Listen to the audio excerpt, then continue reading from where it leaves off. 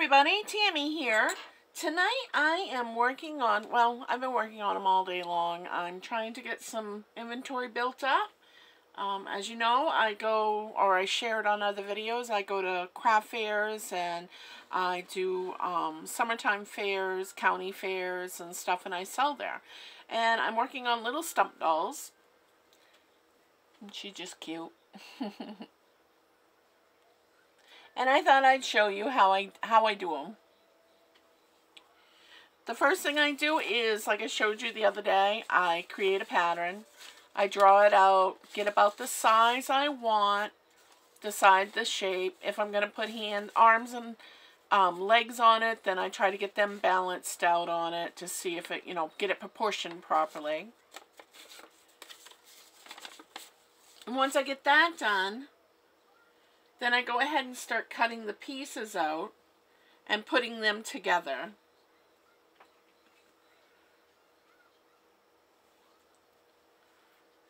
Get her to stand up. And she will stand. And I will put clothes on her. I'm just not sure what I'm going to put on her yet.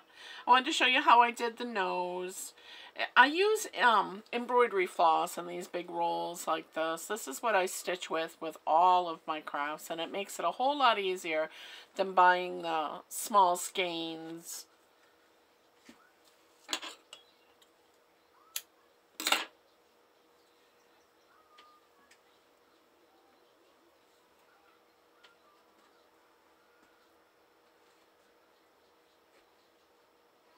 My eyes aren't what they used to be. Used to be able to thread needles like crazy. I did a lot of fancy bead work back in the day. But I got in my 40s and my vision kind of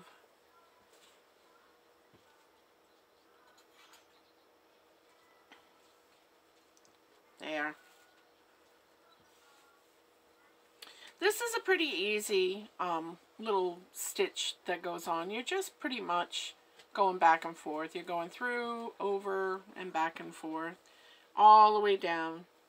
I'm going to take the needle and come right up the back. Wherever you want it to be centered on the face is where the nose is going to be. And I'm going to pull it right up through. I put a little knot in the thread. And then I'm going to make one little straight line to start it. Now, I'm going to keep going back and forth all the way down on either side of where I made that straight line.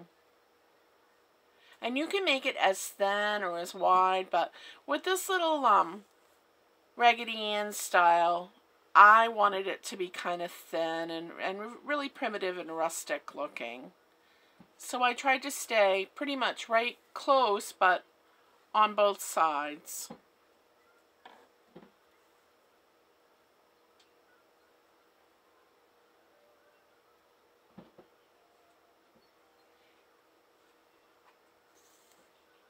Well, we got some nasty weather headed our way. Should be coming in tonight. Now, after we get dumped on with the snow again, we have a really bad cold front coming. I hope everybody's all buckled down and buttoned in if they've got it coming. We're really fortunate here. There'll be power outages, I'm sure. Sorry about that. Yes, I have a bad habit of talking to inanimate objects, like as if they really can understand me. There'll be a lot of power outages, though. I'm positive of that. But you just keep going back and forth, and it's a little time-consuming, but worth it, because I really like the effect that it gives.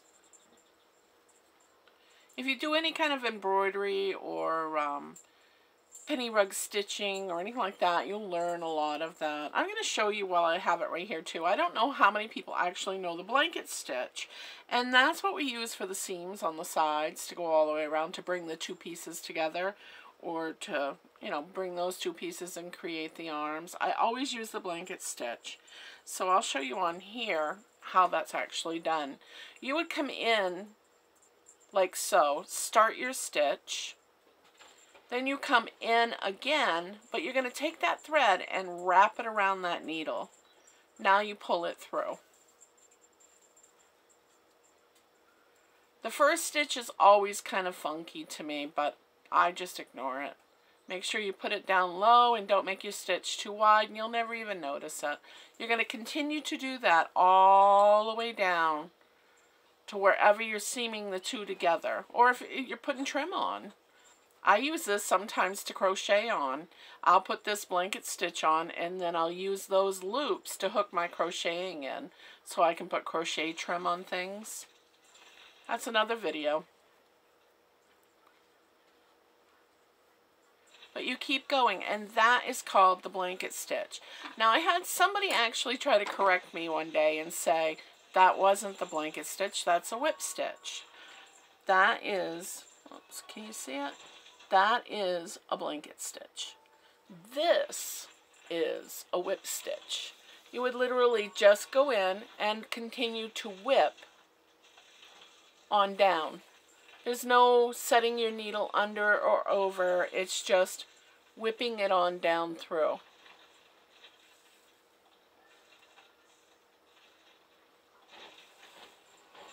I had to learn all this when I was a kid. There was no if I wanted to. It was, that's what you're doing. That's a whip stitch. That's a blanket stitch. But anyhow, that's that blanket stitch is what we're going to use when we do any of these kind of ornaments. That's what I use. I don't use a whip stitch. I find the blanket stitch looks neater and it holds it together better. And I'm going to do the same thing when it comes to the mouth and the eyes. I just come in from the back and I just make little stitches to create my mouth, and I put two little I put two little X's basically for those eyes.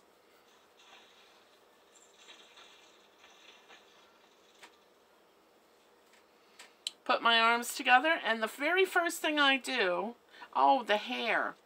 To create the hair, I go ahead and measure out a piece of cardboard, almost like the old pom-pom style. I measure out a piece of cardboard about the length that I want for the hair to be. And then I run a piece of the thread underneath it. And I like to do a lock knot, which is rolling it in 4 times, that thread, before you actually pull it. Then when you pull it, that locks into place. It won't let go. Then you can put this one on too. And you only need to tie a regular knot on top of it. Then I slip it off. And I just cut the loop.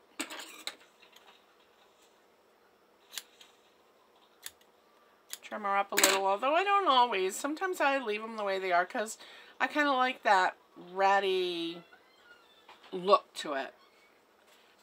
Now when I'm doing this blanket stitch, when I start doing these dolls, if I'm putting hair on them or anything, I like to start on the head. I'll stitch up the side of the head. If there's a neck, I'll go up the neck and then up the side of the head to where I want to start the hair at. And that really depends on what style of doll I'm doing. If I'm doing something really primitive and rustic, I usually just do the crown and not so much down through. But I'll do the blanket stitch up through. I put my first piece in. I'll put 2 blanket stitches in between each one. Now when I put these in, if you look, I'll open this up now, and that's where the knot is, right there. And this is the whole piece. I'm going to fold that back up, and I'm going to lay that loop right in like that, so that I can take my needle and come up right between it, and that's going to, whoops, I forgot to thread my needle back up. That's going to lock that hair into place. It won't pull out. I mean, if you want to sit there and pull it one little piece at a time really hard and be aggressive to it, then yeah, you probably could get it to do it. But it really shouldn't. I'll show you this piece before I'm done. If I can get my needle to thread.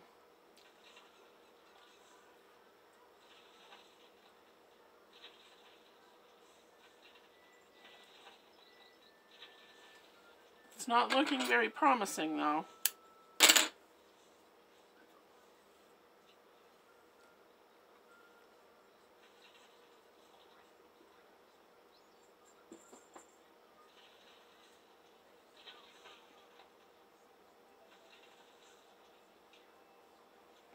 Ta-da! I don't know how I managed it, but I got her done. So then I'm going to come up through, put it together like so, and I'm going to come up through,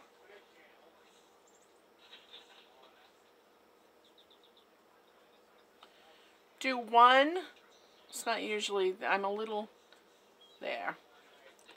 It's not usually that complicated. I'm going to come up through, I'm going to put one blanket stitch in it, and then I'm going to go back in, and I'm just going to do a straight hem stitch like all the way through.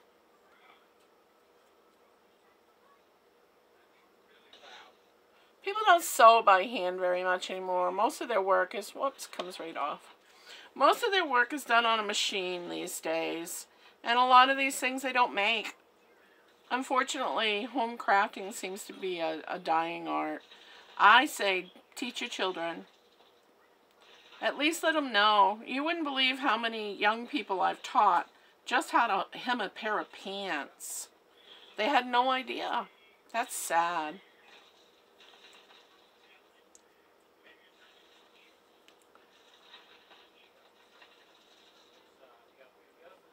There, got her back. But I'm going to keep going back and forth through this anyhow.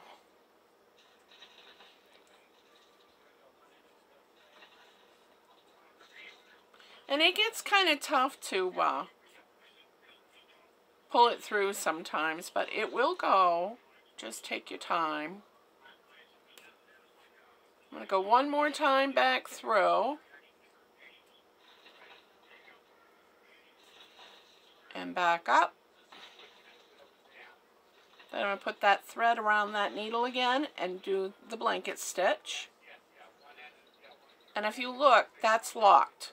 That's not coming out. You'd really have to take each one of these and just really yank on them to get them to come. And then you're going to make a mess of it anyway doing that. Then I'm going to take and put 1,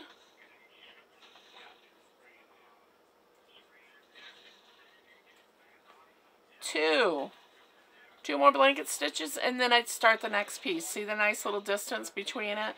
If you just keep your stitches consistent and steady, then you'll have it that way. After I get that done, I'll come all the way around. I usually put about 5 of them, I believe it is, up here. Got 1, 2, 3, 4, 5. After I get that all done, and you can set these any way you want to. I've made them so they have little bows sticking on them. I've braided them up. Sometimes I separate them just like I just had it so it looks long. I've done all kinds of different things. And it's a really nice folk,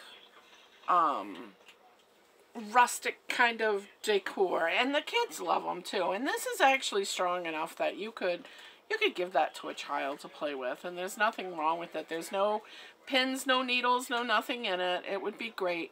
A little girl design her own doll. Remember back in the day, that's how they did it. But I would stuff the head, and once I get the head all stuffed, then I'd come down the arms just a little bit, down the shoulders rather, and I'd start to put my arms in place like so, and stitch them on. Once I get down to about here, then I pull my thread out and I start on this side. I don't finish it or go across the bottom until I have both arms on, because I find it's easier to do it that way, and I find it's easier to get my head stuffed to the right amount if I do it first. Then I fill the body up. Now you can either stitch it so it's kind of flat like this, or you can take a piece of fabric and just make it as wide or not as you want by adding a piece of fabric, see, like that, in between those 2 layers. And that gives it so that it stands up for you. See? See what I did? It's not that hard, just takes a little practice, and it's a lot of fun. A lot of fun. I know it, my youngest son says the doll's kind of creepy, but I like them. I hate clowns, and he says it looks like a creepy clown. Well, I don't think so, but I grew up with Raggedy Ann, so I can see her. I'm also going to put a little blush. Sometimes I'll take pink felt and kind of stitch cheeks on there, but I'll take some blush and do it, or a little pink paint, and do it on her cheeks so that it gives her a little more color. If it's going to be just something for decoration, if it's going to be a shelf sitter or a basket stuffer or something of that nature, then that's what I do. But that's it. She's that simple. And then I'll put clothes on her, and the clothes can be just a simple piece of material with a hem stitch going around on the inside, drawn tight, and it just hangs down. I've gone to Dollar Tree and found packages of little doll clothes that I really liked an awful lot. Comes 3 or 4 of them in a package, and I'll bring them home and dress these up sometimes. I mean, there's so many different ways that you can go. When you go lawn sailing or thrift store shopping, you can pick that kind of stuff up really, really inexpensive, and then bring it home and just refurbish it, reuse it, you know, why not? Alright guys, if you enjoyed this video, please a thumbs up. If you're a subscriber, thank you. Thank you, thank you, thank you. If you haven't subscribed yet, please go ahead and hit that subscription button. And don't forget to ring the bell. When you ring the bell, it'll give you notifications of when I have a new video coming out. And sometimes it's crazy crafts like these, and sometimes it's herbs, and pretty soon it's going to be gardening, and I'll be doing stuff on animal treatments. Everything's going to need to be wormed here right off. I was thinking about going out to the barns and help, you know, putting a video out about that and taking care of them. We've got hooves that are going to be needing to be trimmed. We've got barns that are going to need spring cleaning. We have a multitude of things that happen here. Sapping will be happening pretty soon. You just never know. It's my life, Tammy's homestead life. Whatever's happening, but right now I'm just getting inventory stock, so I'm having fun with doing the craft videos. Hope you enjoy it. See you tomorrow!